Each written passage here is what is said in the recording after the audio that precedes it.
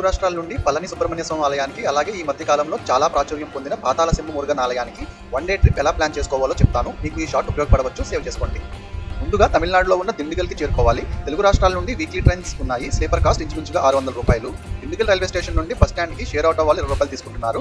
అక్కడ నుండి పళనికి చాలానే బస్సెస్ ఉంటాయి. టికెట్ కాస్ట్ 60 రూపాయలు. ఇంచుమించుగా 2 గంటల సమయం పడుతుంది.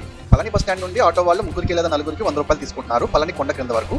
పళనిలో సుబ్రహ్మణ్య స్వామి వారి ఆలయం కొండ పైన ఉంటుంది. కొండ పైకి ఎక్కడానికి మెట్ల మార్గం, బీచ్ ట్రైన్ మరియు రోప్ వే సదుపాయం ఉంది. మెట్ల మార్గం ఇంచుమించుగా 1000 మెట్లు ఉంటాయి. 30 నిమిషాల సమయం పడుతుంది. బీచ్ ట్రైన్ కాస్ట్ 10 రూపాయలు. అలాగే రోప్ వే కాస్ట్ 50 రూపాయలు.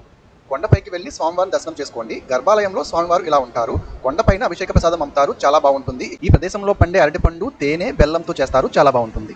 దర్శనానంతరం పళని బస్ స్టాండ్ నుండి దిండిగల్ వెళ్లే బస్ పట్టుకుని పాతాళ సింహ మురుగన్ ఆలయం జంక్షన్ లో దించేమనండి. 40 రూపాయలు టికెట్ కాస్ట్. 1 గంట సమయం పడుతుంది. బస్ దిగిన తర్వాత ఆటోలు ఉంటాయి. టెంపుల్ వరకు ముగ్గురికి లేదా నలుగురికి 100 రూపాయలు తీసుకుంటున్నారు. పాతాళ సింహ మురుగన్ ఆలయం భూమికి 16 అడుగుల లోతున ఉంటుంది. శంభు అంటే రాగి అని అర్థం. గర్భాలయంలో రాగితో చేసిన విగ్రహం ఇలా ఉంటుంది, దర్శించుకోండి. దర్శన అనంతరం పళని దిండిగల్ హైవేకి ఆటోలో చేరుకుని అక్కడ నుండి దిండిగల్ రైల్వే స్టేషన్కు చేరుకోవచ్చు.